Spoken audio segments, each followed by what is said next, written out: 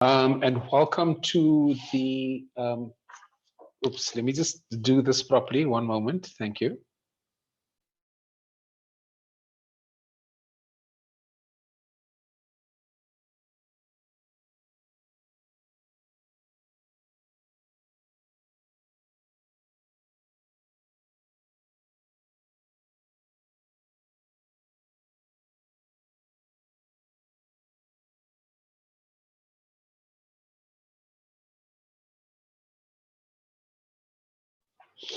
Good morning, everyone. Welcome to another COVID-19 webinar hosted and brought to you by the National Institute for Occupational Health.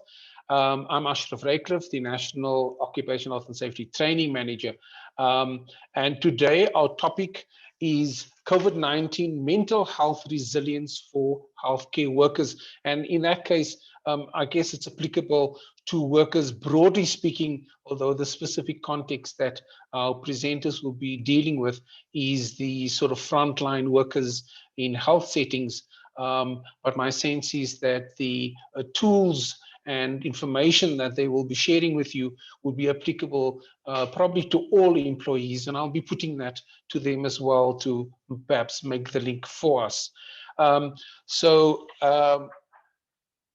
Before we start, I just wanted to check if, okay, so yeah, we don't have a colleague of mine, that is Dr. Tanusha Singh, who is the chairperson of the NIH's COVID-19 Occupational Health Outbreak Response Team. That's the COVID-19 OHOT team to do the traditional and standard welcome for our COVID-19 webinars. And I will do that on her behalf. So welcome again to this particular webinar. The NIH is a specialized division of the National Health Laboratory Services and a sister division of the National Institute for Communicable Diseases, the NICD. And our focus is on occupational health and dealing with the stakeholder categories within the broader occupational health and safety community within South Africa in all of its specializations and different roles that we play, from the health and safety representative in our workplace to the specialized occupational medicine practitioners and occupational hygiene and health practitioners, etc. So today, our topic dealing with the mental health resilience for healthcare workers, I think is quite apt. And our colleagues will present is going to give us a more specific introduction and input on this. But if I just listen to the news and follow what's happening, not just in South Africa, but in particularly other countries where things are going very hectic at the moment, one can see the frontline workers and healthcare workers facing quite a significant burden, and therefore their mental health issues, and so the mental health issues of all employees within the South African context is therefore important. So yes, welcome to our 72nd webinar on COVID-19 webinar series. And as introduction, I want to just ask Professor Anna van der Wath Anneke to just share her screen, and she, together with a colleague of hers, Professor Haynes, has prepared this presentation, and she will be representing the teamwork undertaken by the two with the support of her colleague. At this point, I'm just going to ask Prof. van der Wath just to share her screen and to check her microphone. Quick admin. For those who are used to raising their hands in smaller group meetings, unfortunately for large groups like this, we're unable. So Louise de Wet, I see you have your hands raised. For all of our attendees, please, the raised hands function is not available for this particular webinar. You will have to type your general question or general admin issue in the chat box, and I will respond to you there. For the content of the presentations of our colleagues, you would have to type your question for the content of the presentations in the Q&A box. So please, if we could just maintain discipline with regard to that. And I've asked our presenters and co-presenters to just continue watch the Q&A box to ensure that we answer your questions as attendees there. So if I could just quickly get to the right folder here, my apologies. I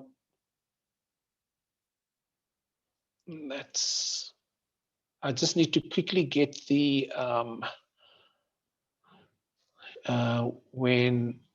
okay, there we go. Okay, so Prof, just to quickly introduce you in terms of your bio, and my screen is not working with me, or my mouse. There we go. So by way of introduction, Professor Annetjie van der Walt is an associate professor in the Department of Nursing, and they just shifted.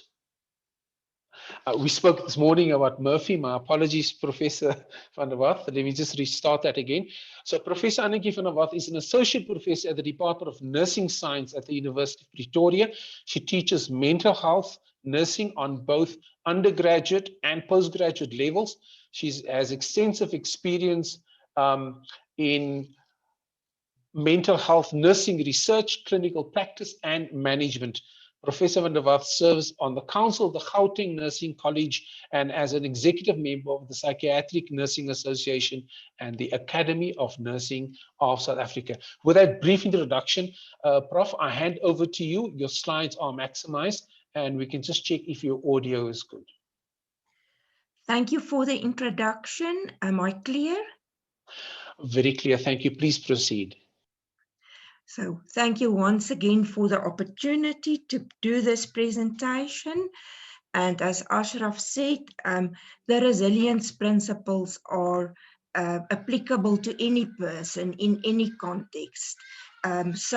Just as an introduction, where we are today, we with the current issue of COVID-19. If you can look at that picture of the tree, and maybe some of us is in the fear zone, or people are still in the beginning where we were at the fear zone, where we felt disconnected, isolated, sad, depressed, anxious, and worried.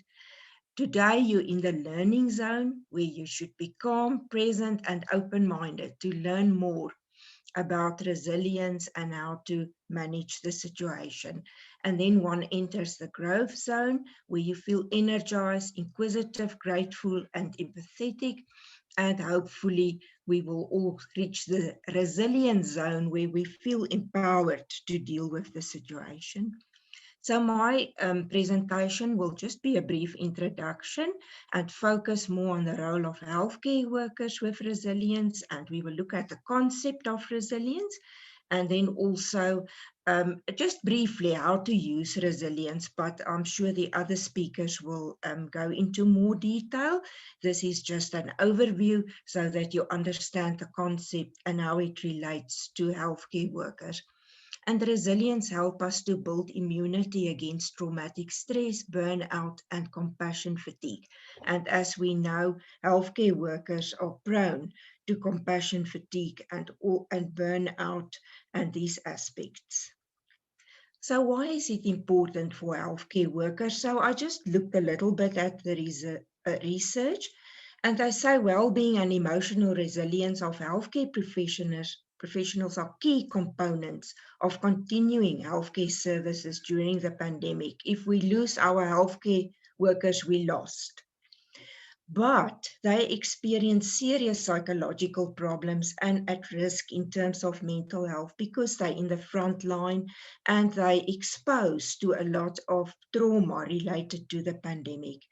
In order to raise psychological resilience of healthcare professionals, the quality of sleep, positive emotions, and life satisfaction need to be enhanced. And that is just one research project that I looked at. And I also said that there's a significant correlation between the level of resilience and anxiety experienced by healthcare workers. The lower the resilience, the higher the anxiety. So here we see how important it is that we need to attend to resilience because it gives us that strength to withstand the consequences of the problems we are facing. And as that little figure indicates, that healthcare workers are also exposed to they are in the front line, but they're also exposed to worries about their own families, members, their own health. So they really are really carrying quite a burden throughout this crisis. So what does resilience mean? Tough times do not last, tough people do. That's a good summary. Don't judge a person's success by how high they climb, but how high they bounce back when they fall. Pain is part of life, that is mandatory, but misery is optional. So there's some misconceptions about resilience. We can think of it as pure grit or strength, having the mental toughness to put your head down and soldier on through whatever difficulties you come across. But however, resilience is not about simply getting over it. It's more like a tactical retreat, which allows us to recover and reassess. So we do not have to be strong all the time, but we have the tactics and the strategies to overcome the problems. It is a quality that enables us to move forward after we've processed and accepted loss and change. So it helps us to cope with these things in a more effective way. It's not a trampoline where you down one moment and up the next. It is more like climbing a mountain without a trail map. It takes time, strength, and help from people around you, and you likely experience setbacks along the way. But eventually, you reach the top and look back at how far you've come. So hopefully, we will all reach that place where we can look back and see that we've overcome this. Sometimes we will feel sad. We will go through difficult times. It's not to be said you're not showing your emotions or experiencing your emotions, but it's all about the way what one deals with this. I've put the references at the end of the slideshow and also at the bottom where I got the information from. So resilience is about overcoming. Reflecting on the issues you defeated in the past can place the current challenges in perspective. It's about getting in contact with your ways of coping. And one can ask yourself, as you're now listening and you're present in this presentation, what have I faced and defeated in the past? Many things. We all go through challenges on a daily basis. How did I go about defeating those issues? That helped to bring you into contact with your ways of coping. What have I learned from these battles about myself, about issues? How does COVID compare to those things that I've already defeated? How can I use what I've learned from previous battles when facing COVID? We don't have the time to go into that, but you can think for yourself. What can you use? You've got those, you've got your support system. And sometimes when we're in a crisis, we lose contact with our strengths. So just the 5 strategies, and that is a very brief overview. You will get more detail in the other presentations. Just as a summary, accepting that suffering is part of life, choosing your attitude, is this helping or harming, create a sense of purpose, and develop a strong support system.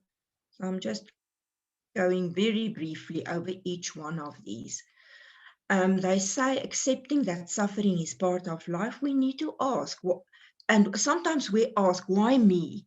And they say that people who ask, why me, and feel that they are punished and they are going through difficult times, often struggle because they see themselves in a negative light and see themselves as being punished with lots of problems, versus asking, why not me? Why must I be excluded? All people go through difficult times. It's part of life. And I know this is easier said than done, but these are the things that can assist us. Our lives can change in the blink of an eye, and sometimes we live as if this is not reality.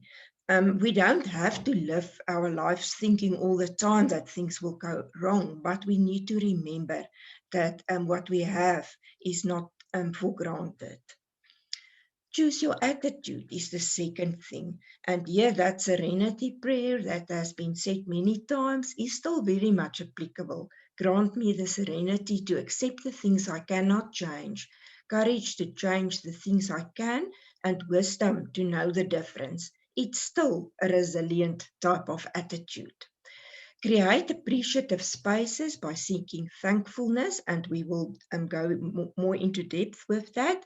And counting your blessings increase happiness and lowers depression. So that helps you to understand what type of attitude can help you to become more resilient. They say keep a gratitude journal can help. These are some research that I access to see what can help. Finding things you're grateful for and expressing gratitude have a positive impact on well-being and depression. Create appreciative spaces by seeking thankfulness and count your blessings, increase happiness. What can I gain or learn from this? And this comes with time.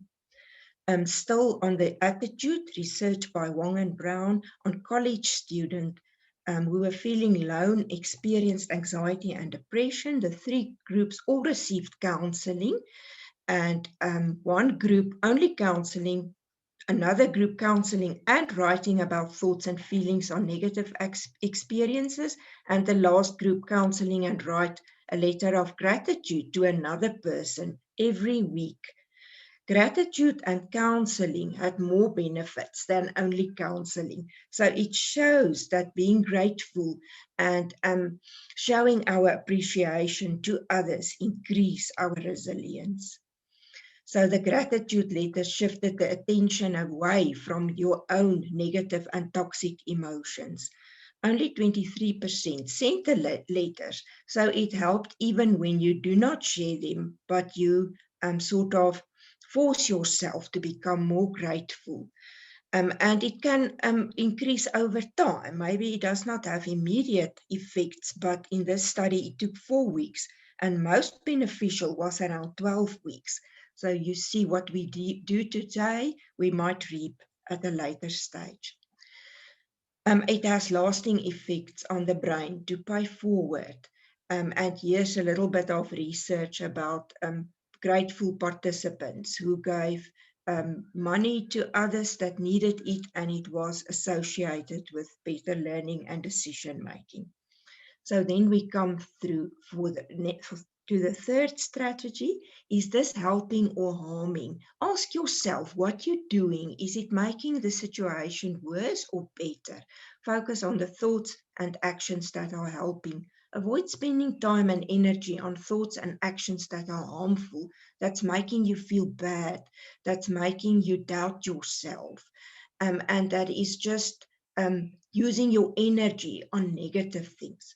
What is helpful for one person can be hurtful for another. So find your own space and your own way of healing that is helpful to you. Create a sense of purpose. Discovers what makes you tick. We say that many times, but sometimes we neglect our own mental health. What are you passionate about? Do those things and find places and spaces to still do it. And also think about a purpose that are bigger than yourself. Also reaching out to others and what you do to make it better for them. What can I contribute? How can I make a difference? These things might sound, like things we say every day, but they are still the small things that help us to develop resilience.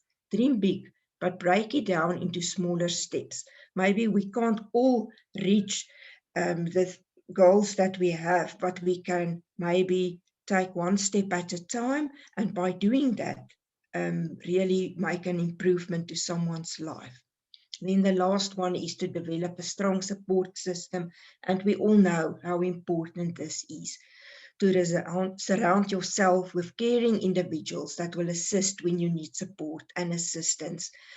And we still sometimes neglect our support system, not, often communicating with them, attending to them, so that they can be there for us when we need that help. Strengthen your connection with others, even though it's difficult now. At least we can have more social contact nowadays. but make sure to see others, even if you don't feel like that. Support related to different dimensions. Yeah, and there's different support systems. There's work, there's counseling, there's advice and physical support from others that we can offer to others and also to ourselves. And then not only from this introduction, but ask yourself at the end of this morning, what are you taking from this? It does not help just to attend something. One must really make it your own and take from this, make some notes so that you start to implement it in your life. Persistence and resilience only come from having been given the chance to work through difficult problems. And we know that, but it's still difficult to go through difficult times and find sense and meaning in that. Change what you can, manage what you can't. That is that serenity prayer in short. Thank you for the opportunity, and I hope you enjoy the rest of the presentations. Thank you.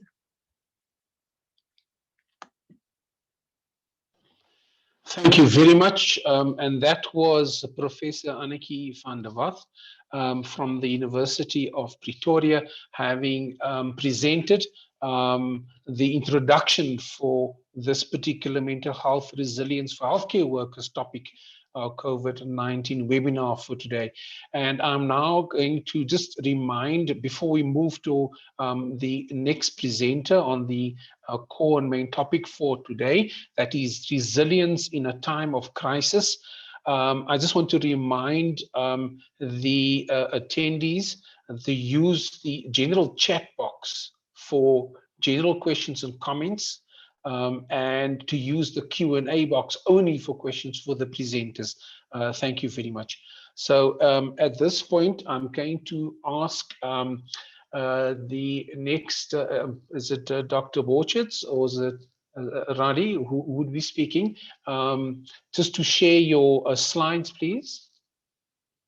And if I could just quickly catch up here on my admin. So good morning, Ashraf. It's Marian Borcherds. Okay, one moment, Marian. Okay. So just to double check, Marian, did I get your bio? Yes. Apologies for that. Okay, I'm slightly okay. That's terrible. I seem to have now misplaced yours. One moment. So in the meantime, if you don't mind, Marian, maybe you could proceed and I can find my Murphy's Law file here and then do the proper introductions afterwards. So my apologies, we do have the combined efforts here of Dr. Marian Borcherds and Ms. Radi Vandaya, who has kindly agreed to take time and share with us on the particular topic of resilience in a time of crisis. And for that, I'm very thankful, Marian. You can proceed. Thank you so much. Thank you to the colleagues online. I wonder if I could just ask Radi to just put on a video for a moment. We will go off camera just because I know it's sometimes more. Thanks, Rod. So as we said, we tag teaming on this. And Radi will start the presentation and I will then take over at another stage in the course. So I'll just run the presentation. Radi, you are welcome to just tell me when to move on for the first part, and then I will take over at the appropriate time. But it's wonderful to be here with the colleagues. I know colleagues here, we were all working together.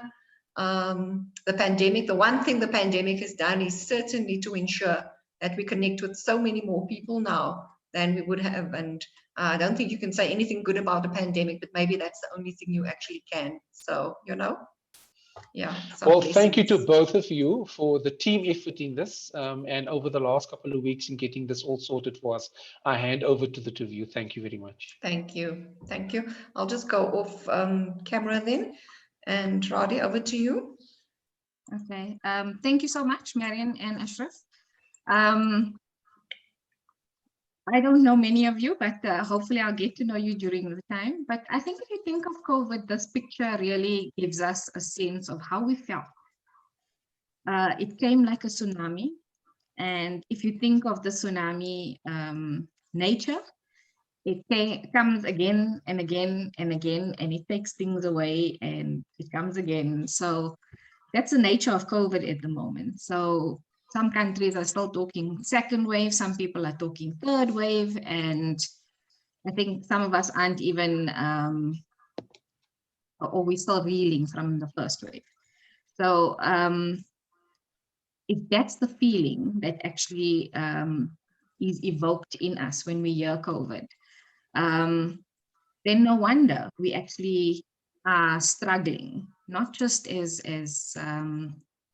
helpers in the field, because all of us are helping with this pandemic, but also just on a normal basis as a human being. It all became too much for each and every one of us. So I just wanted us to get in touch with that feeling, because if we're going to talk resilience, we must be aware of where we're at, where we've been. Before Marion actually talks about the actual skill set that we have within us, which is resilience, to basically get us through these difficult moments. So Marion, you can go to the next slide. So the reality is everyone talks COVID and mental health creeps in. And the reason for that is infectious diseases does impact on our mental health. And if you think about it, this is a silent enemy that you can't see. It's infiltrating everywhere. It changed everything that you actually know about yourself or your coping skills. And it's just a scary, beyond a horror movie kind of thing, because you can't see it, you can't react to it, and you're just getting lots and different information. So infectious outbreaks are quite scary. It affects our ability to think.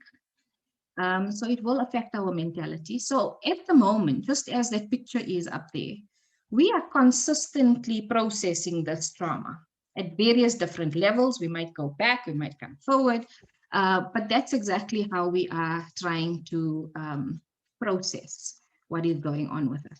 So what it did mean is that it increased the level of mental health stats. Some people are saying 1 in 3 now, but the official stat is 1 in 4. If we are looking at why, it is definitely a heightened level of fear. And most of it is level of uncertainty, because if you tap into what fear is, the reality is it's because as human beings, we can't process uncertainty. We can't actually understand and get our minds around something that we can't see, we can't feel, and you just see the devastation that it actually brought into our lives, like loss and changes in our lifestyle, changes in our relationships, changes in our communication. So all of that then increased our stress and anxiety levels. We feel overwhelmed. And ultimately, if we did have a pre-existing condition, it has then heightened our level of coping or trying to cope with this particular pandemic. Also lots of physical conditions. If you had asthma, for instance, the level of worry was a little bit higher or longer. And yeah, people putting a lot more effort into trying to manage this effect of COVID in ourselves as well as our families. Marion, you can move on. Next slide, sorry.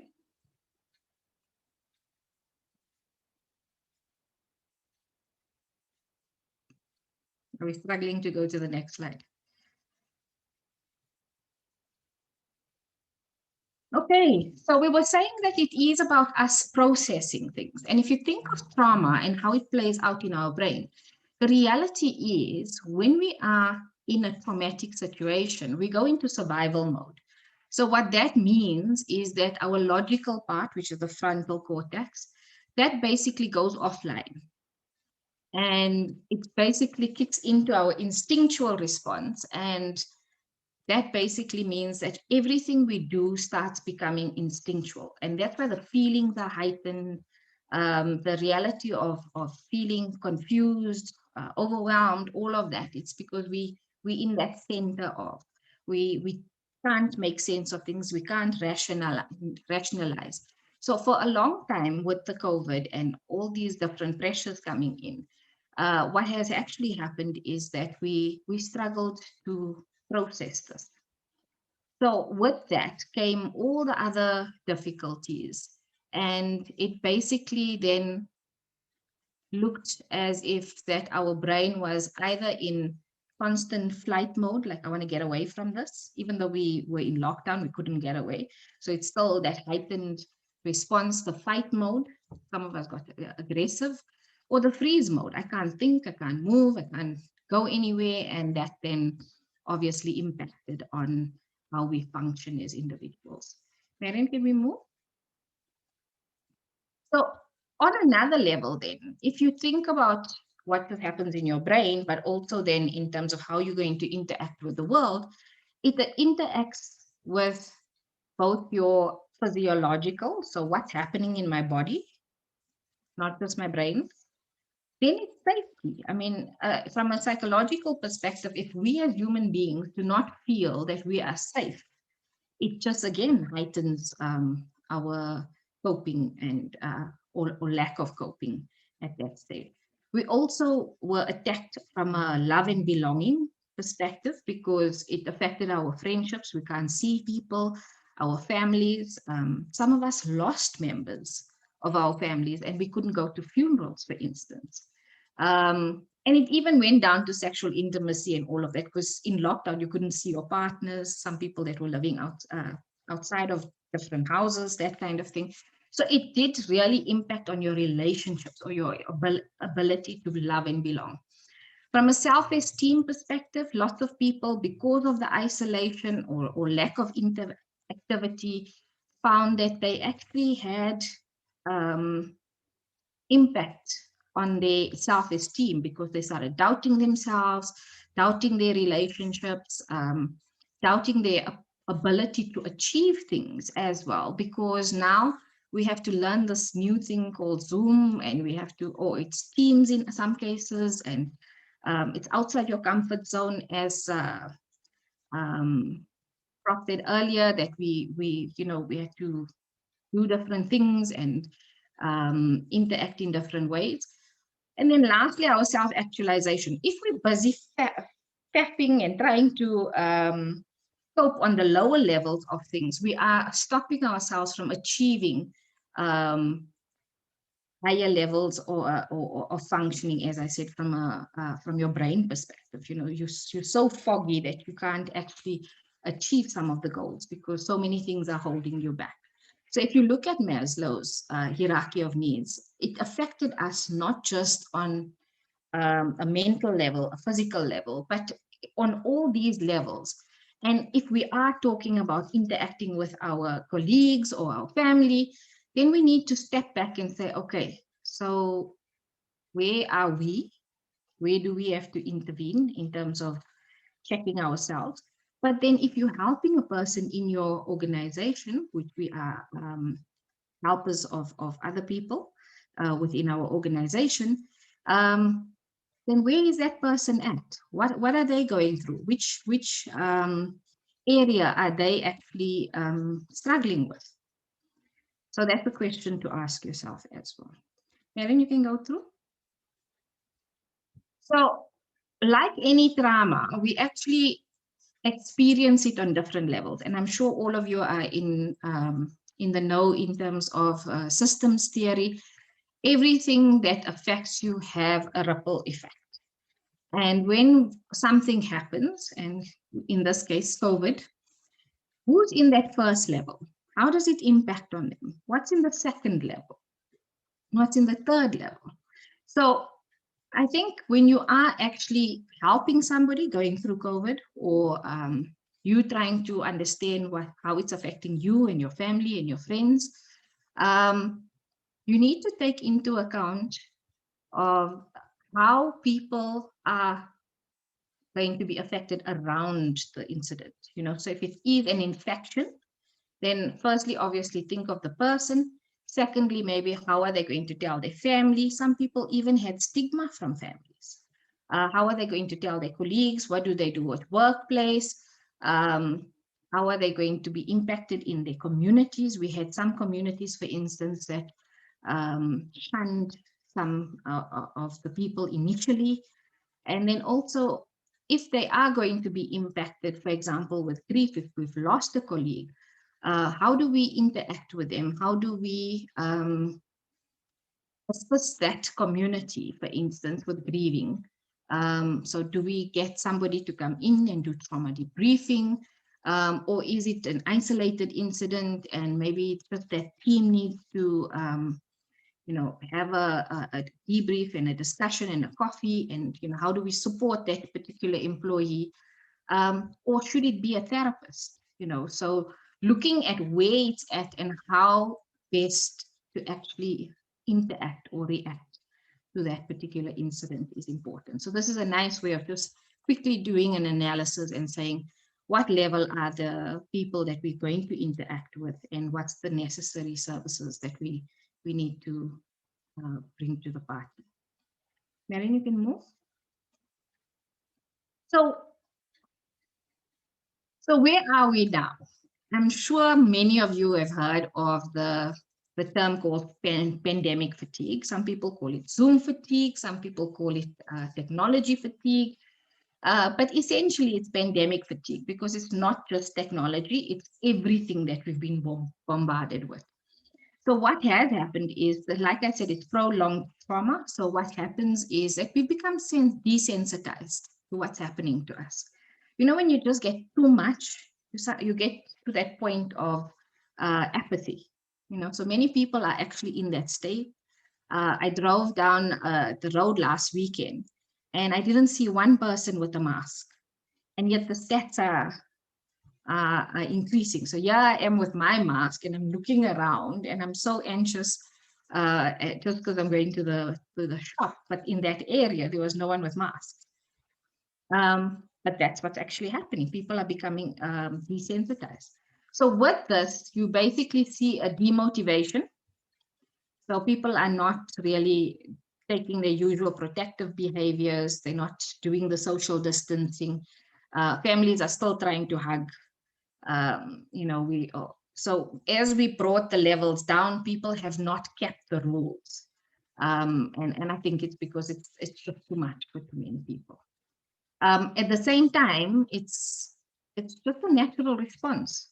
But what does mean that it puts the burden on us that's taking care of other people through this pandemic to constantly reassess, re-educate, and almost sound like nags, especially in the workplace. Marion, we can go on. So since it is a natural reaction, because following World Health Organization, they've seen it with other pandemics as well, that if you go on for this long, people do basically react in this way. But it then creates a reaction that is unresolved adversity in people's lives. So we need to be mindful of that. Also, it expresses itself in terms of people are now just becoming complacent and they feel alienated and there's just this hopelessness. So we need to be mindful of that and just try and catch it so that we can manage it a little bit better, especially within our organizations. It's also evolving gradually over time and affected by a number of emotions, as well as cultural, social, structural, and legislative. If we can move on, Mariam. So what is actually causing this? It's because we're in this constant state of high alert and uncertainty, which is exhausting. If you ask many people today, how are you? The first thing they're going to say, I'm exhausted, I'm so tired. Because we're in this constant state of hyper alertness. And we don't have too much of time here. I would have loved to show you a little video so you can go and look for it. Go and search for a TED Talk that talks to the body's reaction to cortisol. You can just Google that, body's reaction to cortisol. It will come up as a TED talk. Watch that. Because what it shows is a brain of a person that's been too much on Zoom, and it starts off red, then it goes amber, then it goes, starts off green, sorry, then it goes amber, then it goes red. And that's just by 10 o'clock in the morning. Then the rest of the day until 5 o'clock in the morning, it stays red. We're in that mode for so many hours. Then we still have to go home and be nice to the kids and, do your second shift and a whole lot of homework and all of that. And then we wonder why we are the way we are. And they use that compared to a Zoom day, and we're calling it Zoom, it can be Teams as well, where there were actually breaks in between. And you can see the difference in the brains. So what it does say is that our cortisol level actually is depleted. And, our body, once you get to that stage, it becomes a health issue because your body can't replenish the cortisol. And then it becomes a physical response. And many of you are trained that way, so you understand what I'm saying. So essentially what's happening is that being in that hyper alert all the time, it's eroding our physical ability to actually fight this thing. So we need to start taking cognizance, and Marion will talk about how we do that from a resilience perspective. Also, restriction to life activities, normality, things that we used to be able to do. There were lots of restrictions. Yes, you can go running and all of that now. But I mean, sometimes people are not runners, so cyclists and, that kind of thing. And they did other things. But now you have to worry about touching things. Or my mom's favorite pastime was shopping, and now she can't go shopping. So it's a big thing for her. And even if she was window shopping, it was just being out and seeing things, so she can't do that. So restrictions like that does impact on people. Also conspiracy theories. I don't know about how much you've heard, but just the conspiracy theories about the vaccines and a whole lot of other stuff comes up, and you sit there so confused and you don't know what to believe in anymore. So that puts a lot of stress. Continuous loss. And having to grieve, actually,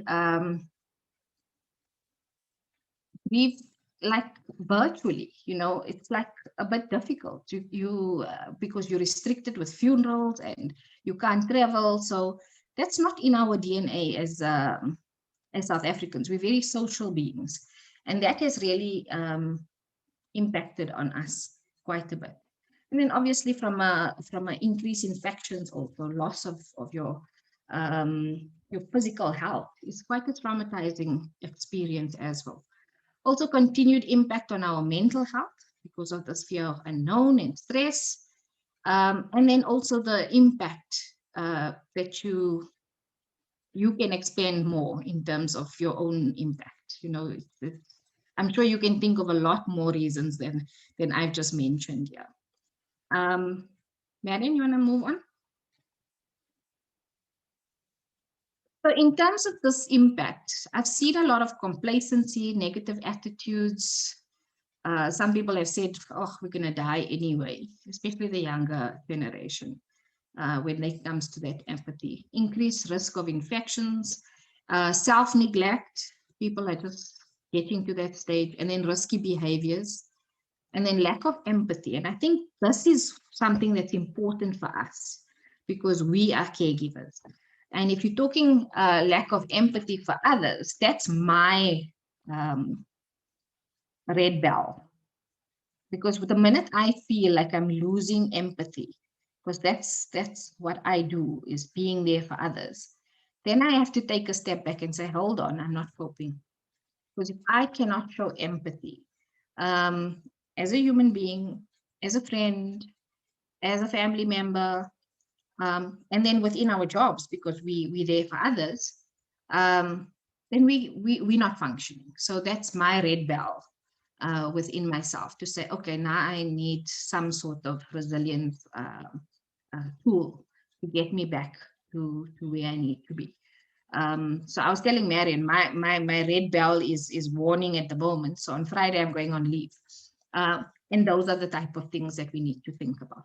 So what it is resulting in heightened mental illness or depression. It's increased like you can't believe. People that didn't even think they would be depressed is now struggling with depression because COVID has brought on other things. PTSD, isolation, financial problems, because we have maybe one income families now, heightened levels of conflict because people are irritable, they're on hyper alert, abuse, we've been speaking about that, and also problems around schooling. And as you can see, as you mentioned this, the stress just goes up and up and up. And I mean, we're not people that just come to work and switch off. So we need to take all of these things into account. Marion, you can go. So I'm not going to go through this, but I want you just to take a quick squiz at this and remember how stress is actually showing up within our lives. Both from actually not both, but from four ways of looking at it is our cognitive symptoms, our emotional symptoms, our physical symptoms, and our behavioral. And I think physical is easy to feel the aches and pains and all of that. Cognitive, we see, I'm actually not remembering things, that kind of thing. But I don't think we pay attention too much to our emotions. So that's something that you need to think of, as well as our behavioral, because that comes from our emotions. We act on how we feel. So I think that's it from my side in terms of creating the context. Marion is going to take us forward in terms of looking at, okay, now we know where we at. I think we're going backwards instead of forward. So we're going to look at the actual resilience skills. Thanks. Thank you, Roddy. I just thought, just because we're going on to the concept of resilience now, maybe we can just check the text box if there's anything we should be responding to, Roddy. Okay, so there is one question. How could one stay focused and alert during a pandemic to avoid pandemic fatigue? So I don't know if you just want to tackle that one, Roddy. There's many different ways, but one thing that's the most common at the moment is practicing mindfulness. And in that space, I would say not the whole meditation, because meditation and all of that is sometimes not reachable for some people because they can't slow the mind down.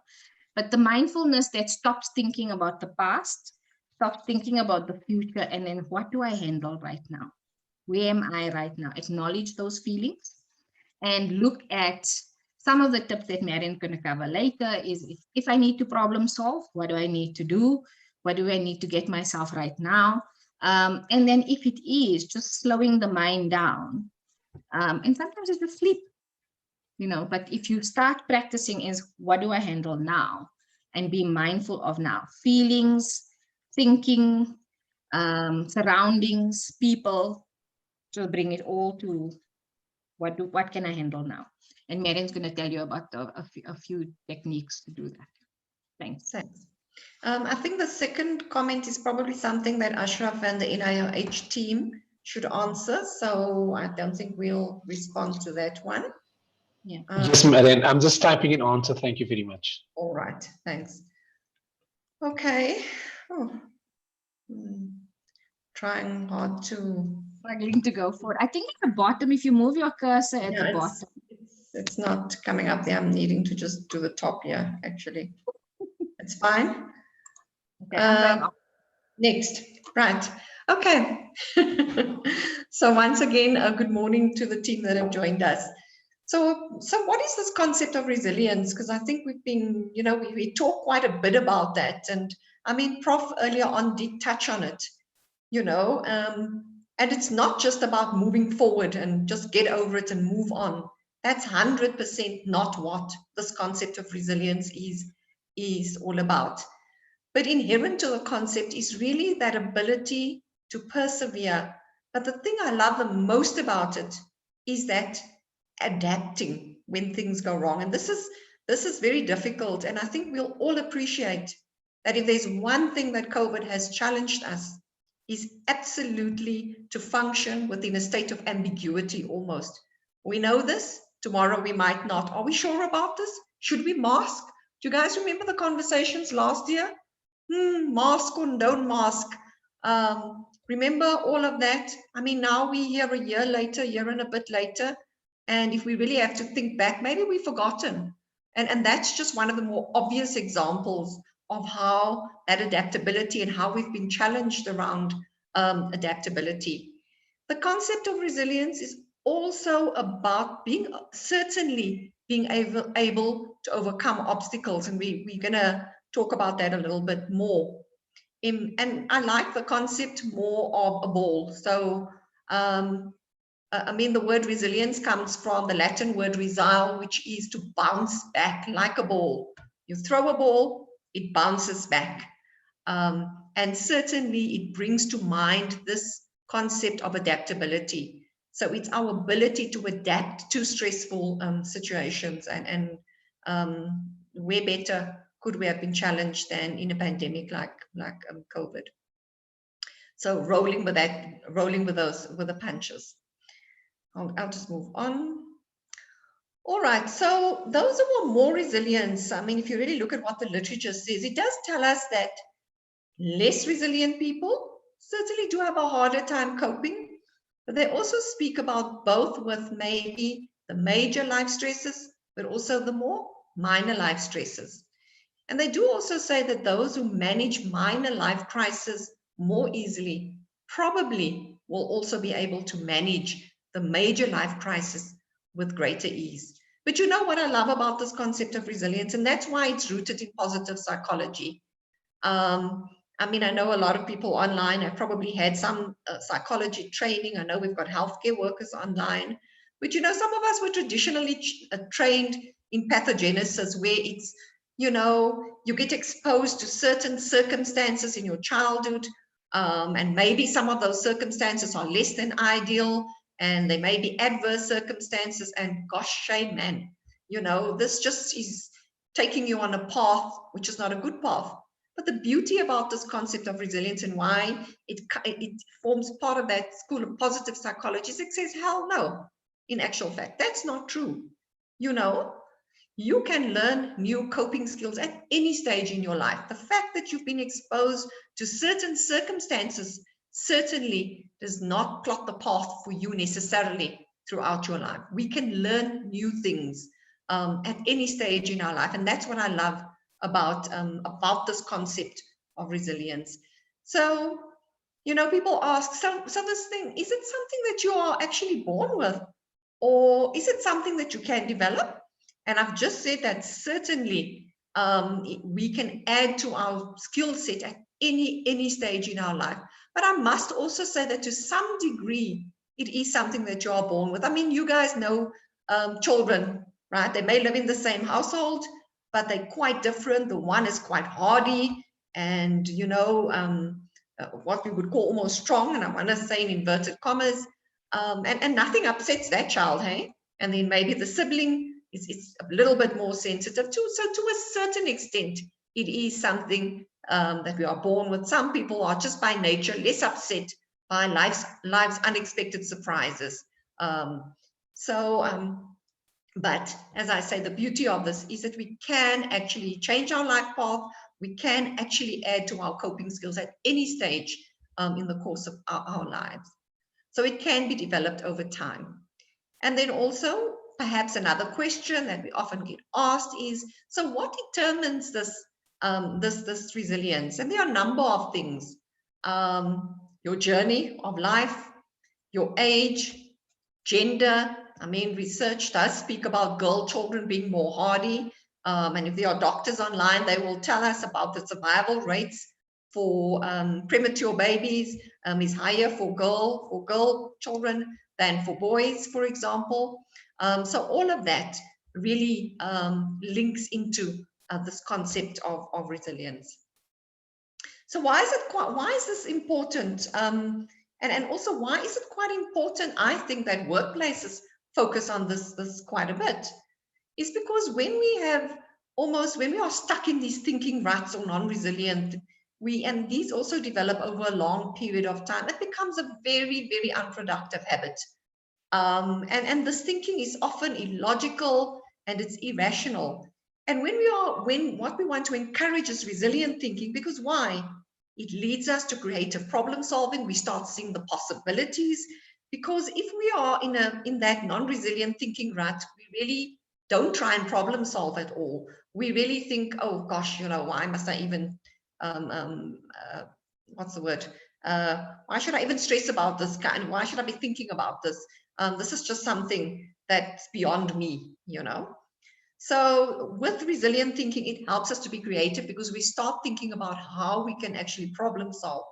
It helps us to move on despite obstacles. We think about, how do we kick this obstacle out of the way, or how am I actually going to move around this obstacle?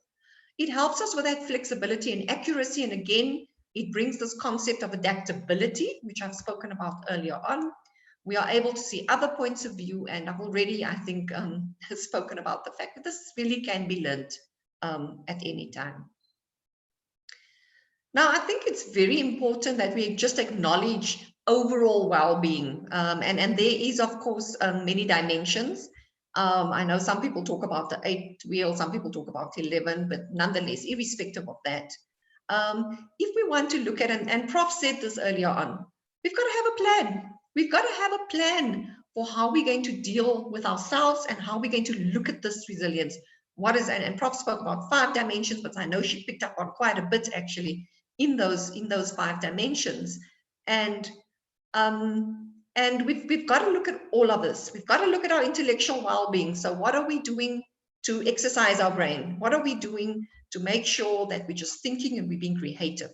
What are we doing from a physical well-being? Are we exercising? Are we looking after our physical well-being? Roddy picked up on that. Financial well-being is quite an important part of that well-being wheel. In the environment, emotional and psychological well-being, and I know we're talking about mental health today, so we're really focusing on this quite a bit. And then social well-being as well, which is our relationships with other people, and we'll come back to that. But I want to talk about spiritual well-being, and this is not about religion. Spiritual well-being, and we're going to tackle that a little bit, is really, what is this thing? What is that which gives our life purpose? How do I explain events in my life? How do I make sense of my purpose? And that's what spiritual well-being is about. Now, the difference between that dimension and all of the other dimensions is that that is the dimension that gives us energy. The other dimensions can sometimes detract from our energy, whereas the spiritual well-being, that which makes sense of why we are here, what is our sense of purpose, it gives us energy. So it is a very, very important dimension. Otherwise, what's the point? I would challenge all of us. So I think it's very important, and why this is important and why this slide for me is so important is, let's stand still and let's assess, where are our energy drains? Is it in the area of social well-being? Are there some relationships in our lives that are draining our energy? Is that at work? Is it in our family? Is it in our friendships? Are there some relationships that are, and I'm just using that as one example, that are so toxic that it's not serving us well at this point in time? So let's challenge ourselves in terms of this well-being wheel, and where is it that we need to do better? All right, I'm going to just maybe skip on from that one. Let me go back. So I'm going to be talking about, and this for me is quite important in terms of your plan. We're going to talk about perspective. Reaching out to others is again around that social, your social networks. Connecting to your purpose and meaning is really around, somebody's raising a hand, is really around, again, spirituality, your strengths. We're going to talk about positive feelings, and really we're going to talk about optimism and pessimism a little bit, and then that perseverance. I see someone has raised their hand, so let me just, okay, I am not necessarily I think Ashraf did say, if you could maybe. Unfortunately, yes. Next part. Unfortunately, we cannot do the Yes. raised hand with live microphones with such a large number of people. We encourage Luis de Wet and Wilfred Seboya to please type the questions for the presenters in the Q&A box. Thank you. I will be lowering your hands. So apologies for the interruption, Mariam. Please proceed. No problem. Let me just continue. Sorry, I'm not sure if it's me again, of course. Let me just try and, sorry, I'm just trying to get my mouse because I'm just not moving my slides very adequately. All right, so I want to talk about the first important point for me. Let me just go on to the next slide. It really is around self-awareness. I think this is really very important. Why is it important? It's important because it helps us, first of all, we've got to challenge ourselves to realize what are we experiencing, both in our body and in our mind. So it's really very critical that, first of all, we've got to take 2 steps backward. What are the things, and I've already said, where are our energy drains? If we looked at the well-being wheel, where are the potential energy drains? What are our strengths and what are our limitations? Let's look at our relationships. What is the personal impact we have on others? How do we connect? Are our relationships serving us well? Are people taking our energy and not giving much back to us? How do we maintain our relationships?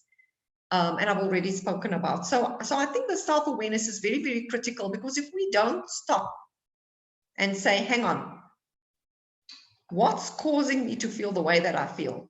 I think that it's very, very difficult. So that is, for me, step 1 of your plan should really be absolutely to challenge yourself around this and almost look at yourself in the mirror a little bit and assess.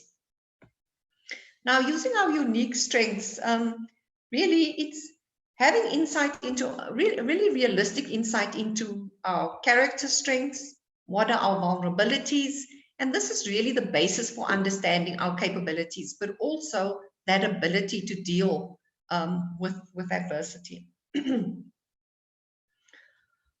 So using these character strengths to problem solve, to harness our creativity, and then again reaching out to others, which is again the social connections. And this accurate insight, we must also be able to admit to certain things, as I've already said, that perhaps don't serve us all that well. So it's about arriving at an accurate self-insight, and this will enable us really to develop a very realistic recovery strategy and plan. I want to talk about perseverance, because once again, this is also quite important. And this year we're talking about persevere by being open-minded and being flexible. So it's allowing for listening and other points of views and consideration of these other points of views, and being able to, because when you start saying, I want to put a plan in place, you're actually saying, some things are not working for me. So you must be open to the possibility that possibly you have to change tactics. But perseverance is also important for another reason.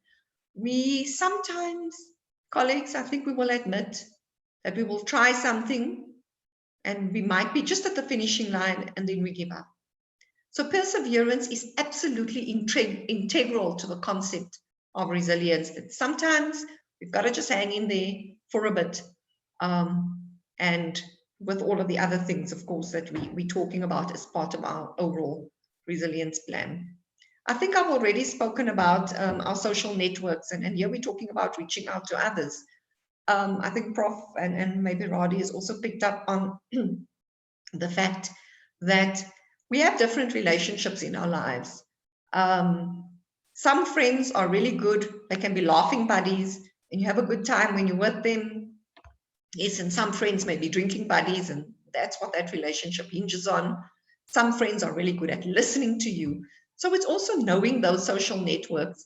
And sometimes we also have a place in our life for professional relationships, such as a therapist or a counselor, psychologists, clinical social workers. And sometimes we need to be open to the possibility that we need to reach out to those professionals as well. And there may be a place for them in our social networks. Now, one of the things I want to just comment on, and I have touched on it already, is Our family are our family. You don't choose your family, you're born into your family. And sometimes family relationships are not easy. And this is probably one of the more difficult parts of a resilience plan, is to start looking at the quality of the relationships we've surrounded ourselves with. Are those relationships good? Are they bad? Do we have a rich network of relationships? Are they quite restrictive? Are people supporting us? Or do we find ourselves in the position where we are giving away our energy to other people because we're so busy supporting them, but we're actually neglecting ourselves? Are there relationships that are so toxic that we're struggling to let go of them and we're hanging on to them in our friendship circle? And this is a very, very difficult thing, I know. But if we want to look at energy and energy drains, this particular exercise is absolutely critical as you are building your resilience plan. Look at your support networks, what's serving you, what's not serving you. Look at your relationships and the quality of those relationships. I think I've already spoken about perspective a little bit, but I also want to talk about reframing our negatively biased thinking and persistent negative self-talk. So what is negative self-talk? When I do, there's a workshop that I do on resilience, which is a 4-hour workshop. And we go into a bit more depth on looking at some of these skills. I mean, today we're doing a talk for an hour. But once we do that, there's an exercise we do. And the exercise is the rubber band snap. Now, some of you may know the rubber band snap for other reasons, but I use it for participants to actually appreciate and get an understanding of how much negative self-talk we do throughout the day. I also ask participants normally to humor me with this exercise. I ask them to keep the rubber band on for at least a day and to be quite strict and pedantic about it. Snap the rubber band every time you have a negative thought. Now, I'm going to challenge all of you that if you want to be serious about this and you want to challenge, because remember I said self-awareness is the first part of this journey. Now, if you want to know how much negative self-talk you're doing throughout the day, try the rubber band snap. Snap the rubber band every time you have a negative thought. I'm going to tell you that you're going to be quite surprised at how often we're snapping the rubber band. Where I've done this and I see participants the next day, I always ask, people if their wrists are quite sore, perhaps a little bit blue. And I think the feedback routinely has been that where they've taken it seriously, they've been quite shocked at the amount of negative self-talk that they're doing for the day. This is really important because why? Because those are precisely the things that is draining our energy, that's taking our energy. And you may go home at the end of the day from work and think, I've been sitting in my office, but you know what? I haven't really seen many people, but I'm feeling fatigued and I'm feeling so exhausted. And the reason we're feeling that fatigued is because of all the stuff going on, the negative self-talk. Oh, I'm not good enough for this. I'm not up for this. I can't do this. And this is examples of negative self-talk. So if we have to compare how much of that vis-a-vis positive self-talk, I think it will be quite a surprise. So, colleagues, you're welcome to try that and just see what insights you may come up with in relation to this particular exercise. I want to also talk about positive feelings. There is also an exercise that if we did the actual workshop, we would go into, again, giving, we really talk about optimism and pessimism, and we start looking at those two concepts because they are also quite important and integral to this concept of resilience. And there are some exercises we do very specifically in relation to Martin Seligman's work of optimism and those positive feelings. And he really, and sometimes it's not quite as clear-cut a concept as what we may think, oh, optimists look at the positive side of life and pessimists look at the negative side of things. It's not quite that. And again, it's a skill that we can actually teach and we can actually learn. So, and leading to those, and why do we do that? In order to generate these positive feelings. Now, Prof spoke about She said, suffering is also a part of life. And this is why I love Viktor Frankl's work. So many of you may know Viktor Frankl. He's the father of logotherapy, Man's Search for Meaning, really an old book which has been reprinted a couple of times, dates right back to, I think, 1946, small, the initial version. And he's a psychiatrist, but he wrote about his experiences in the concentration camps. And he speaks about suffering, that even in suffering, there is meaning. And he says that everything can be taken from a man but one thing, which is the last of human freedoms. And that is to choose your attitude in any given set of circumstances, to choose one's own way. And this really is about not getting stuck in a mindset of persistently seeing doom and gloom, because again, those are the energy drains, and it's gaining awareness of those energy drains that are important. So it's reframing this adversity and choosing a more balanced and positive outlook on life. So very, very important concept. I've spoken about social networks, whether it's at work, whether it's in our families. I'm really not going to belabor this one. Spheres of control, very important. And why is this important? It's very important because, do any of you know those people that fall into, unfortunately, this trap of always being a victim? You know? So there are things I can control. You can see in the inner circle, there are things I can influence, and there are things I can't influence or control. But it's important to know that. And I think very often we have a bit more control over certain things that we sometimes say, oh gosh, this is just not within my control. You know, my husband said that, and therefore I responded like that. Oh, my boss acted like that, and therefore I just wasn't very happy about that. But very often, I can assure you, colleagues, we have a lot more control over certain things. And once again, there is an exercise in terms of locus of control. And it really looks at what are those things that we actually have control over, and truly understanding that and not falling victim to this victim mentality of it's always someone else. So what do you do when inherently you give away? You are giving away your power. And let me tell you, there is nothing worse than always giving away your power to someone else. It must be a terribly uncontaining feeling to always be in that state. I'm not going to do it. It says that in another way. So let me just have a look at time. We've got a few more slides, but I'm wondering, do we want to do a quick, it's one slide actually. As wherever you are sitting, guys, maybe you've got a pen and paper. Do you quickly want to do this? I think let's spend 5 minutes just doing this. I'm sure we've got enough time, Ashraf. Yes, proceed. No problem. Ashraf, is that fine? Cool. Yes, that's fine, Marian. Thank you. All right. So really, rate yourself from 1 to 5, just very, very quickly, with 1 being strongly disagree and 5 being to strongly agree. All right. Number 1, I'm usually optimistic. I see difficulties as temporary and I expect to overcome them. So if you could just rate yourself between those, between 1 and 5, where would you, are you somewhere in the middle?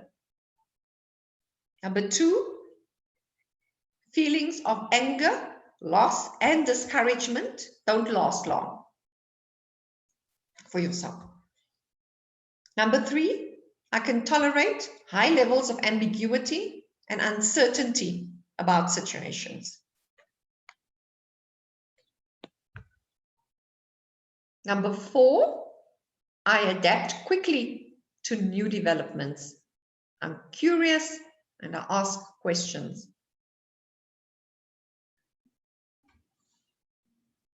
Number 5, I'm playful. I find the humor in rough situations and I can laugh at myself.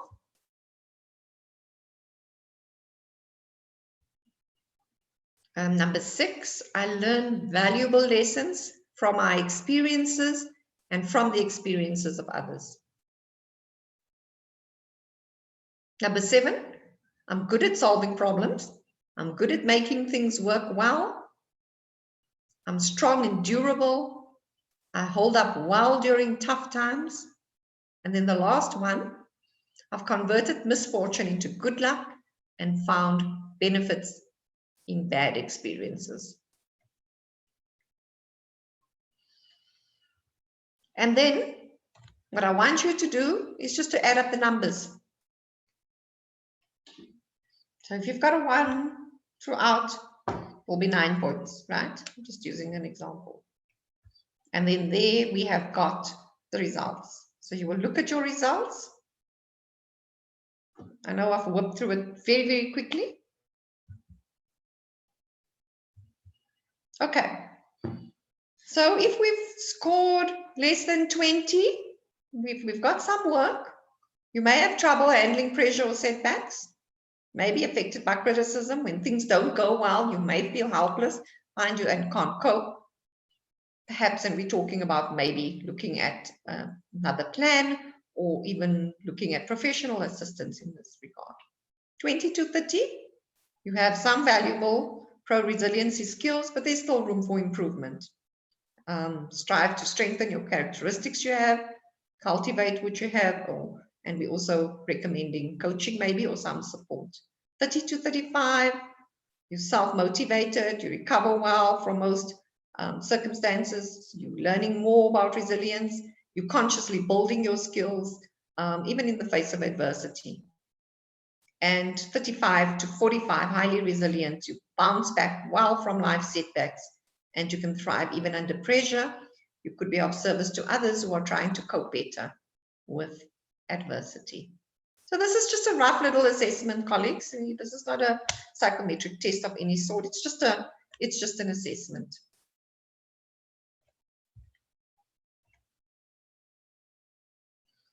Okay, I think we've spoken quite a bit about your plan, how problem solving is quite an important part of resiliency plan. And I think the second slide that I spoke about is why is resilient thinking quite important? One reason for that is obviously for more adequate problem solving. So no action, no happiness. So you assess, you plan, and you act using problem solving. All right, so I'm really not going to go into the slide in more depth, but just to say that it is rather an important part of your resiliency plan, is that ability to problem solve, is to be able to harness that creativity. And look at that. Now, one of the things we did also think is that it's important for all of us to enhance our resiliency. It's important to look at new ways of dealing with things and maybe just adding to it. And of course, I've already made the point ad nauseum that we can certainly do that at any stage in our life. But we're also aware that many of you may be managers or supervisors, or you've got people that are looking up to you to assist them and to support them. And so the last few slides also really deals with that, where some of your team members may be in distress and in crisis, and how do you actually assist them as well? So we've got a few slides as well in relation to that, and perhaps we would want to just focus on that a little bit. So really is the privacy, starting at where people are at. Sometimes, we as managers and as supervisors don't assume, working in the field of employee assistance. I mean, it's one of the most basics is we teach managers for them not to be the therapist. But when someone requires support, you've got to start at where that person is at. Don't try and diagnose what the problem is. You've really got to assess, and assessment means asking first of all how you may help, asking what the problem may be, name what you've noticed, speak about what it is, what are the changes you've noticed, don't diagnose. So those are some of the things that would be quite important if you are assisting a member of your team. Being calm, be patient, focused, responsive, and be sensitive. I think that for me is sometimes quite important. And I know I'm speaking to healthcare workers here who had lots of training in doing this. Okay. Right, this is quite important. Important, first of all, because these could be personal triggers for ourselves, but also I've been speaking quite a bit about energy drains. So in as much as you may be assisting someone else, what are those personal triggers for yourself, and what are those things that sometimes drain our energy? And when you're going to be assisting somebody, and when you have teams of people, know this. If you are a rescuer, we know people that always rescue, that rush in and save the day. Is that one of your personal triggers? Is that what you always do? Is it serving you well? Is it a habit that you should be looking at? Sometimes we over-identify with people. Oh, I've been through this as well. Gosh, and we just over-identify, and sometimes what we're dealing with is our own issues as opposed to actually assisting. Sometimes role confusion, and I've just spoken about, are you the therapist? Are you the person's manager? Know what your role would be in relation to assisting, and sometimes the best assistance you could do is to actually refer out to the necessary support or professionals or counselors or whatever. Having unclear boundaries can be quite a problem as well if you are trying to assist your team members. Unmanaged emotions, because it doesn't help anybody if you are struggling to manage your emotions and you are needing to assist your team. Overreaction and your trigger issues. Delusions of omnipotence, that you can just sort out everything, you can swoop down and you can sort out the whole world's problems. Again, it may link with a little bit of rescuing, and you may find yourself just drowning, and you will have no energy to look after yourself if this is your predominant style and one of your personal triggers. And then, of course, if you don't have the skill really to deal with the matter, you may be doing far more harm. So again, it's knowing exactly what your role would be in relation to assistance.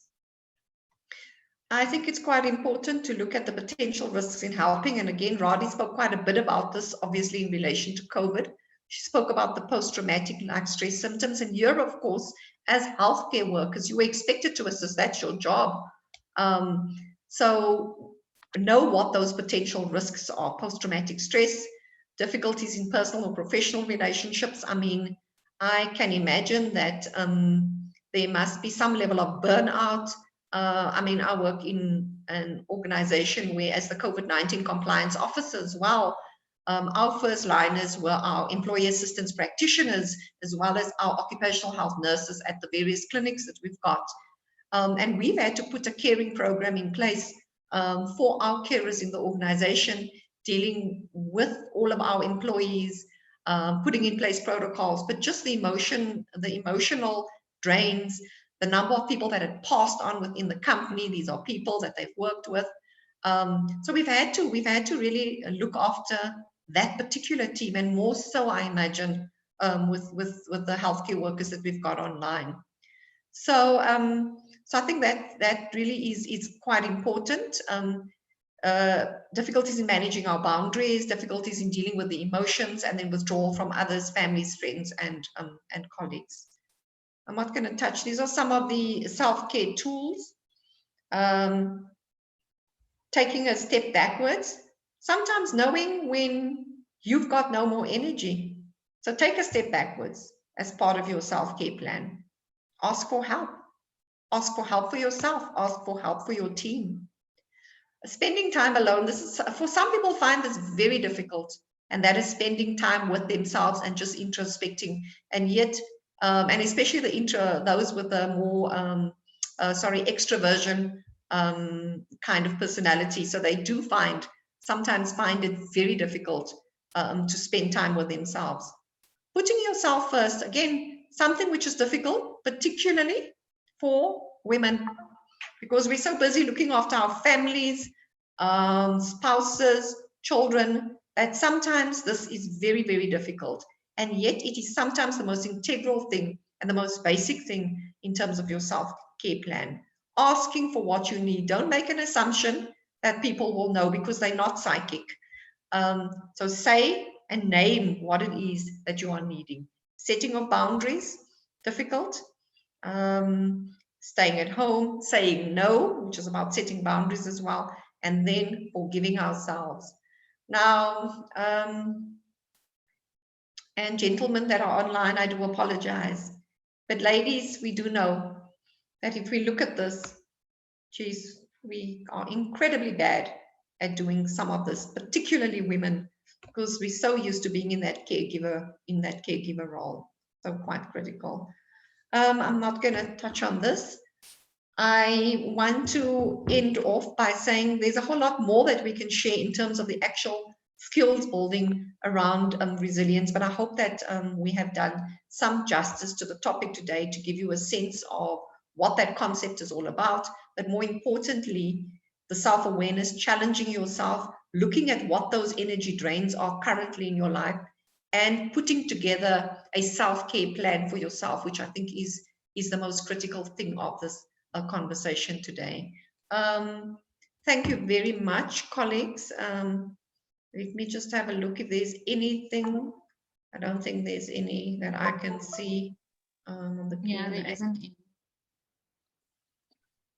Mariam, maybe I should just at this stage say that some people asked for Oh, yes. full version of the questionnaire. I just email it to Ashraf and he can send it out to Awesome. to attendees. Thanks. I just want to stop sharing. Yes, so Then- perhaps at this point, just to fill that gap that unfortunately through Murphy's assistance couldn't do earlier. And well, that's how the webinar goes today. It's not all that well smooth and in sequence, but I must do this. So by way of a belated introduction, I need to just quickly introduce the two speakers that you've heard with this particular core presentation for today. And the presenter, that's Dr. Marian Borges, that just concluded the presentation, has worked within the field of employee assistance for the last 20 years in both a senior manager and executive position. So experience in the world of work and the challenges we face, particularly around mental health matters. She's currently employed at Transnet as the Group Acting General Manager, Occupational Health, Wellness and Employee. Is EE, would that be employee? You're muted, Employment Marian. equity. Employment equity, apologies. I thought it was that. I didn't want to take a guess. Managing the components of employee assistance programs, absenteeism and management, medical schemes, risk pool and disability management, the HIV/AIDS workplace program, occupational health and employment equity portfolio. She is a thought leader in the employee wellness space, having designed, implemented and managed employee wellness programs for both government and parastatals over the years. So Dr. Borges has also worked in academia and in the private sector, and her expertise in mental health, gender and reproductive health is worthy of noting. Dr. Borges is a regular speaker at local conferences on various employee wellness related topics. She has participated at a number of international conferences, such as the International Nursing Summit, the International Health Conference, the International Employee Assistance Conference, at which she has delivered papers on integration within employee wellness, the strategic positioning of employee wellness within HR, employee assistance programs, the EAPs, as a behavioral risk assessment tool, as well as the management of violence in the workplace, amongst others. Her doctoral thesis was on workplace violence and bullying. Dr. Borges' doctoral thesis was, and she has done extensive work on this particular topic of workplace violence and bullying, assisting with policy formulation and the protection of dignity and respect for employees. Within South Africa, she has plowed back to the EAP profession by being actively involved in the EAPA Egoli chapter, both as a committee member and as chairperson from 2010 to 2012. And is currently serving a third term of office in the EAP SA board in the portfolio of stakeholder relationship and sponsorship. And I think that thoroughly gives you an idea of the standard and the quality of our speakers today. And without much ado, if I can quickly go to Radhi Vandaya, the partner in this particular duo presenting today. Thank you very much to both of you. Radhi is President-elect of the EAPA South Africa Board, owner of True Vision Consulting, and Director of Healthy Living Consulting, that's HLC for short, and is an MBA academic, a tutor and coach at the Henley Business School. Radhi is a passionate people engagement professional that owns a training and coaching consultancy. She's also a people engagement director at the HLC, that's the Healthy Living Consulting, where she is looking at marrying wellness initiatives and technology platforms to make it more accessible and relevant to the changing work landscape. She's also currently an MBA mentor / academic tutor at Henley Business School for their MBA students. And as an alumni of Henley, she wants to be part of their journey in building better business in Africa through our people. Then recently, she was elected to the post of President-elect, as I've mentioned, on the EEPA board. She has served on the board for the last 13 years. She's passionate about people development and therefore works with the within the human capital space as a consultant on employee wellness. And for the last 17 years, apologies. Her previous position as ICAS as strategic L&D, that's probably learning and development manager, has exposed her to several industries that has developed a vast experience in people engagement and well-being interventions. My apologies, I've got the screen on the right-hand side that I'm reading from, and therefore I feel much better having gotten Murphy out of the way, Marion. So thank you very much to both of you. That's very impressive, and for your contributions. So we've had some questions. Radhi, I'm sure you've had a look at the questions already answered. Are there perhaps questions that you think is worthwhile sharing or your observations with the attendees? And we encourage any attendees that have last-minute questions just to also ask them. I see there's 3 typed ones there as well. Ignore the CPD one. I will answer that separately. I hand over to you, colleagues, your microphones. Thank you. Okay. Microphone. Yeah, can you see Zoom fatigue? I'm taking leave on Friday. I'm going on leave, guys. So, Tulani, your thoughts in terms of the impact of physical environment, in terms of where we work and as well as live, definitely impacts on your mental health. Just again, bringing it back to COVID, if it's quite an environment that is small and doesn't, for example, keep up to COVID standards, the anxiety is higher, your fear again of the virus or contracting the virus, in the medical arena in terms of your needle pricks and, your safety precautions, not having the right gear. That's from a work perspective. All of that impacts on your stress levels, on your anxiety levels. So definitely in terms of your mental health. In terms of home life, exactly the same. It's all about that safety. You remember Maslow's hierarchy of needs? If you just go to the lower levels of that, the minute it hits that limbic brain, your instinctual brain, it's going to be increasing your stress levels and anxiety. So the way to do that is, again, managing it is just to ensure that you arm yourself with the security of information or of protective gear or whatever you need at home to make you feel safe. So yeah, it's not the ideal, but as long as you have those kind of things to help you through it, it should manage the levels of anxiety and fear. Merit, I don't know if you want to add anything. Happy. Okay, second one was how would one know that they not having or going through avoidance to deal with such matters. And if there is avoidance, how do you deal with it? So I think, I mean, many of us, our coping is to just shelve it. So box it and put it away. And I got so many other things to do and we keep ourselves busy. That's a normal coping.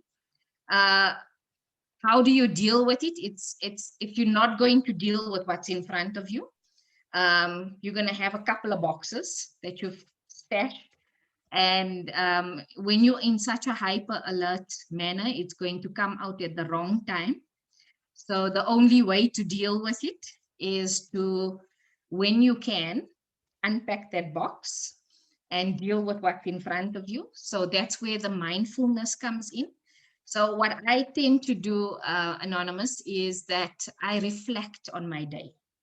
So I give myself, even if it's 10 minutes at the end of the day, no matter when the end of the day is, guys, I had a board meeting that ended at 10 last night. So I still gave myself till 10:10 to unpack what I needed to unpack. It just takes 10 minutes, reflect. How did I handle it? What do I still need to do? Just put it in perspective. Don't look at the past. Don't look at the future. What do I do right now? How do I handle it? What do I need to make myself calm? How do I proceed with it? Jot it down if there's actions for the next day. And just as Marian said, when you come into problem solving mode, there was a little diagram that came with that. I'm sure Ashraf will PDF this and send it through to you guys. So look at those kind of tools that will help you to just take control, because what it is you just need to feel in control. So use some of those tools to help you deal with these type of things. So how to deal with avoidance? Don't avoid it, but use it at the time that you can. Marian? Marian, yes, your comments, please. Thank you. Perhaps just to add, one of the things I always say is we think we are avoiding it. Now think about a cup, eh? It can only take so much, or glass. So we pour in water and we pour in. At some stage, we can't pour in anymore. That water is actually going to spill over. So that's what avoidance does. And it may get to the point, as Radhi is saying, unfortunately, it will spill over sometimes at the wrong time. So I think it is quite important. The other thing, if we had more time, and we would have done an exercise, and the exercise that I sometimes do in relation to this is, we may think we're avoiding it, but we've got some distinct signs. So as you're doing this exercise in awareness, please, this question: what are the signs when your body is in distress? Because your body is going to show you first of all. So there's an exercise we do. What is it? My stomach is a little bit upset. I get rashes, you know, so I might think that I'm avoiding something and I'm in a bit of denial. But you know what? Mind and body, not separate. It's going to come out, and it may start slowly showing up in little things that the body is actually telling us. Headaches, maybe, all of those kinds of symptoms. So as you're doing your exercises in awareness, maybe just think about, what are your telltale signs? What is your body's way of saying, hang on, distress is quite near. So that's one of the exercises that I'd really like you guys to take more seriously. Thank you. Thanks, Ashraf. Thank you. And if I could bring in Prof. van der Wath. Aniki, you've also observed the questions that have been asked in the Q&A box, and I think you may have answered some of them there as well. You've heard our colleagues provide their core presentation and their observations and to the additional questions. There's one or two questions there, but just quickly over to you. I mean, your observations of the trends amongst the questions and key points that you think is worthwhile sharing with our attendees. Please proceed. Okay, thank you. And also thank you to the presenters. I listened to everything. You know, every time you listen to something like this, you also learn new things, because you also tend to avoid. And if you avoid, it's not going to disappear. Avoid means it's still there, it's still somewhere, and I still need to deal with it one or the other time. I have to unpack it and try to sort it out. And there other people can also help you, you know. When I have that 10 minutes, luckily I have my husband, he's sitting in the room next to next door, and I can just shout it out and say, you know, this and this, and sometimes he'll just say that's nonsense, or you know, why do you worry about that? And just by voicing it out, it can help to deal with that and with the negative energy that one experiences. And I was just thinking about that physical environment question. Sometimes it helps to every now and then go into a conducive environment. If you have a restrictive environment, even if you just go to a park or a garden or somewhere where you can feel free and you can feel safe, and you can sit under a tree and you can enjoy nature, and for a few minutes you don't have to worry about what is happening around you. That can also be helpful to change that environment whenever you can. Leave and go to a place where it's beautiful and where you love to be. And sometimes we can also place ourselves in a different environment through that mindfulness techniques where you close your eyes and you think about an environment. I think these might be some exercises on the internet related to relaxation therapy that helps you to visualize a different environment where you feel safe and you can just escape for a few minutes. But I think thank you, and it's really helpful to revisit these things. Thank you. And yes, we will be sharing with you the resilience assessment questionnaire. And I think it was a rating scale that was mentioned by Radhi earlier. She indicated it was emailed to us. And what we do at the end of the webinar, once all the admin is sorted, and it takes anything between 24 to 48 hours, we send all confirmed and registered participants of the session all the links to the two presentations and all other resources required, including the full recording of this particular webinar. And we will include the resources that's being offered by our presenters. We'll certainly do that afterwards. What's your take as presenters and as you know, people very well versed in this particular field in terms of the different roles being played within the workplace? I mean, my range of people within the workplace starts from my health and safety rep, you know, that we choose here in our department, and apart from the fire marshal, etc., that's part of that team, to the COVID-19 compliance officer that Marion spoke about earlier, and then the range of professionals that help out in the workplace. Sometimes they're there full-time. I think in case of Marion, as an occupational medical, as a medical person, and then there's the nursing practitioners and the more technical people like the hygienists. But those who are in the workplace, Marion did speak about the role of immediate supervision and management.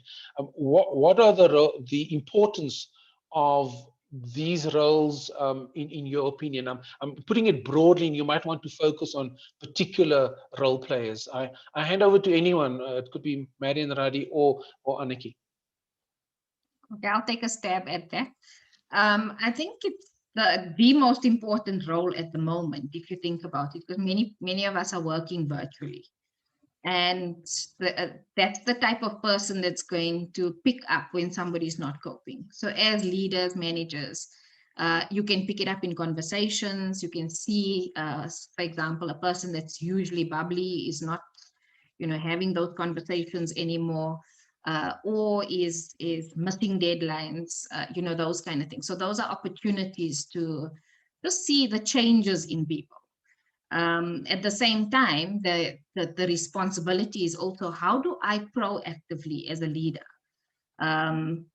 identify opportunities for my team to still have opportunities to interact? You know, it mustn't always be about work. Because think about it, when we go into the workplace, we still have the water cooler moments. We have tea where we can just de-stress and complain about the client, or complain about the workload, just to get it off our chest.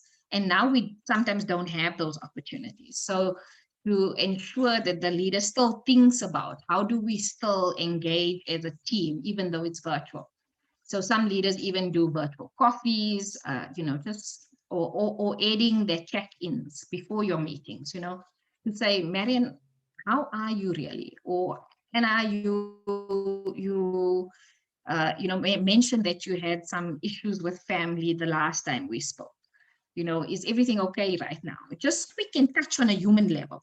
So it is double-fold. You need to look at the reactionary stuff as leaders, but also how do I proactively ensure that we still have social engagement, even though there's no physical engagement.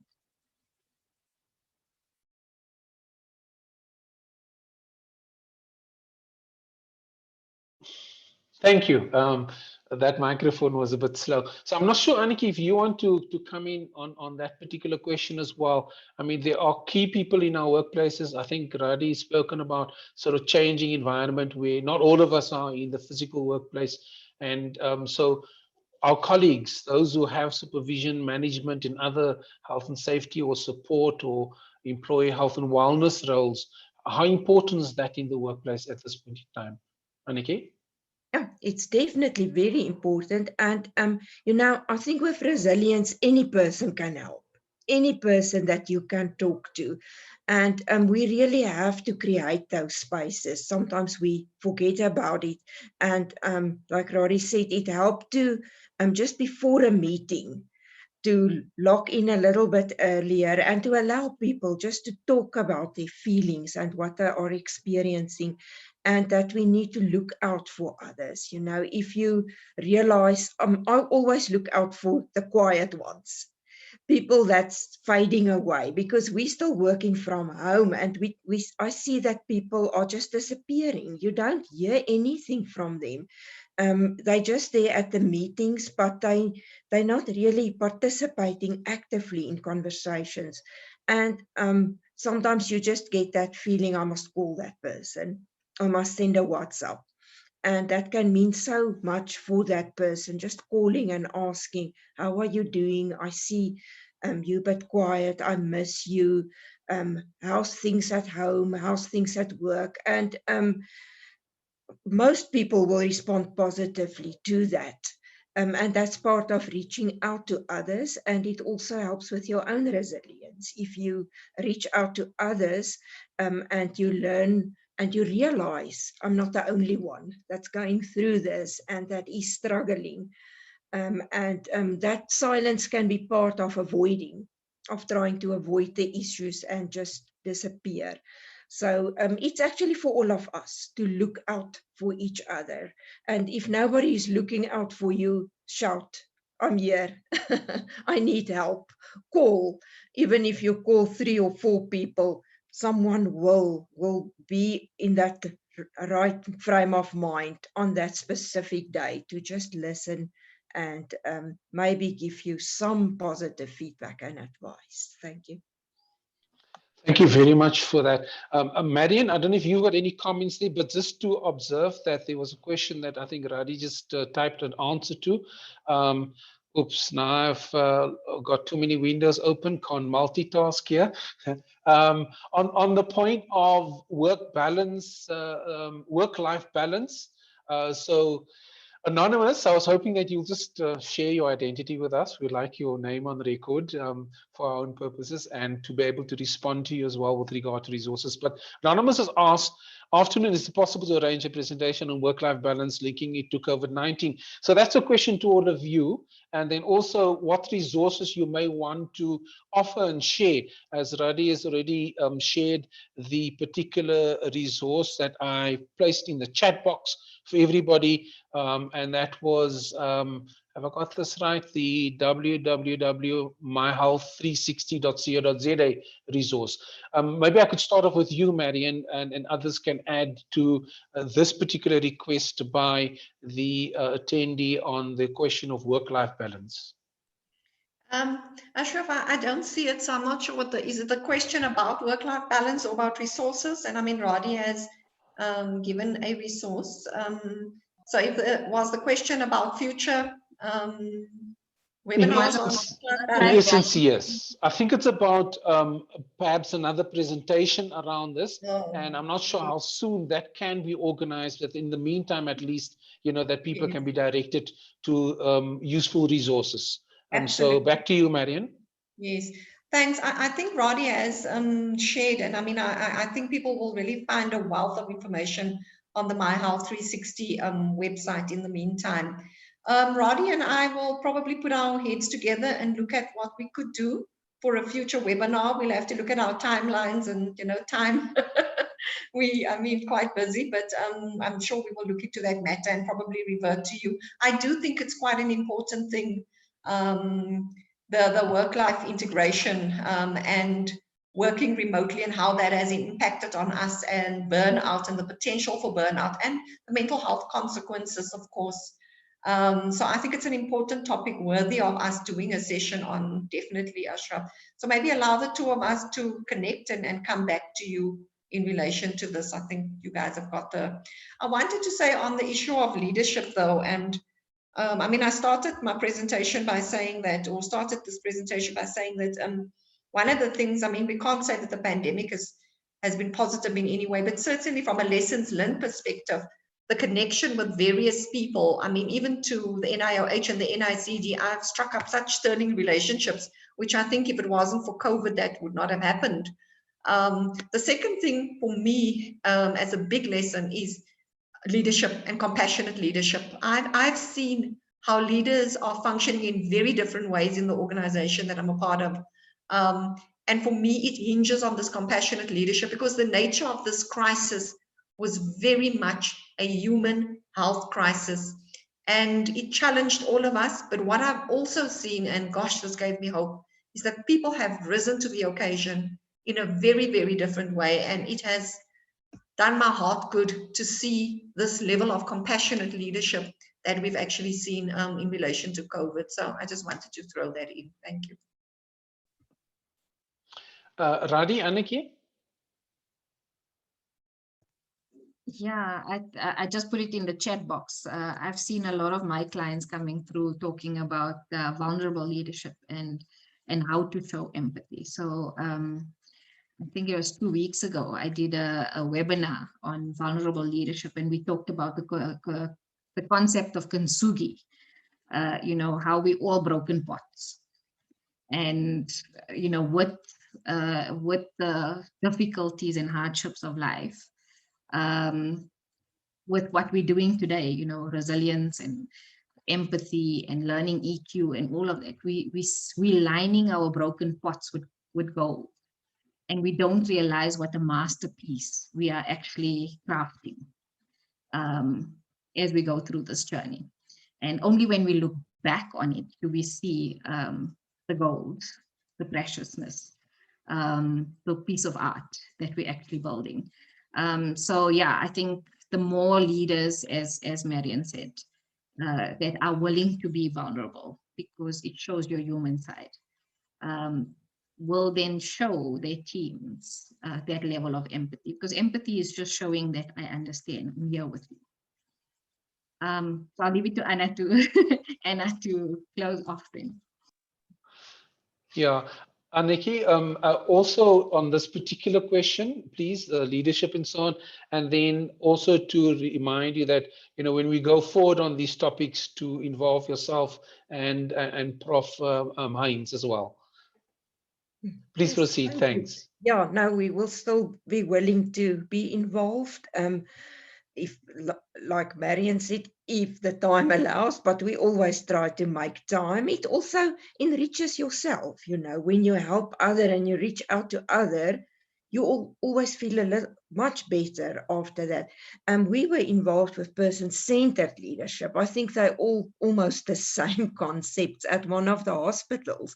And we were also surprised to hear about, how people actually supported each other. We was really in the height of the crisis, and they only had positive things to say about the management. And usually, nurses can complain a lot about management. They're always unhappy with the managers, but in the real crisis, the management came through and I helped them. And person-centered is much similar to having empathy, to see where that person is, not where I think the person is, but to really ask and make the time to listen. Yeah, and then the work-life balance is also a very important thing, because I work from home, and you know, I actually think now that I'm living in my office. I'm not living in my home any longer, and one really has to take steps to make sure that it's still a home where you feel safe and that you still do the things that enriches you, that gives you that energy, and that is not harmful or hurtful, but helpful. Thank you. Okay, so colleagues, I think we're in the last couple of minutes for final sort of, comments, roundup and observations. So maybe I could start with you, Marian, and then Aniki, and then Radhi. Thanks. I think, Ashraf, thank you so much to you and the NIOH team for the invitation. I really hope colleagues are going to remember some of the challenges that I've thrown out. Maybe the rubber band snack for today, guys. Try it. Let's get rid of that negative self-talk. So just test yourself. Get a rubber band, put it on there. See how much of that and how, if the percentage of that negative self-talk is so great, we'll find that the energy will be less at the end of the day. So maybe just a challenge in relation to that. And then the second thing is that self-awareness, because the plan has got to start with that self-awareness. So those are my parting shots. Thank you so much, Ashraf and the team. Thanks, Marian. Aniki? Yeah, many times people say things like love is an action, but I think resilience is also an action. We really need to start doing things. If we don't get out of our shells and do things for ourselves and for others, then nothing is going to happen. We will just stay the way we are. And I'm also going to try that rubber band, because about a week ago, it was about 3 weeks ago, a very negative experience with a colleague. And it actually cut out a week from my life that I spent on that, just bothering about that and all the thoughts that went through my mind. And afterwards, I thought, I cut out a whole week of my life about someone that is not even that important.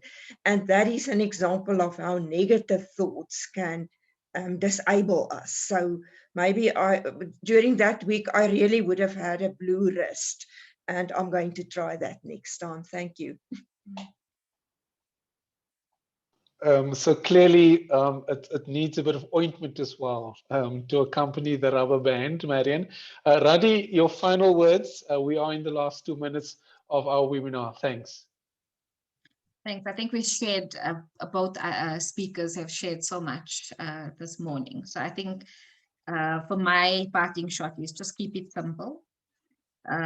So when you're feeling all that fear, anxiety, stress that we all sometimes feel when we talk COVID or teams or people, I'm going to say just breathe. Take that deep breath in, count to 4 and breathe out. And just be mindful and understand where you're at. And then all the stuff that both Aniki and Marian gave you in terms of solutions will come to mind, and you can go on. And then your chant should be, I can do this.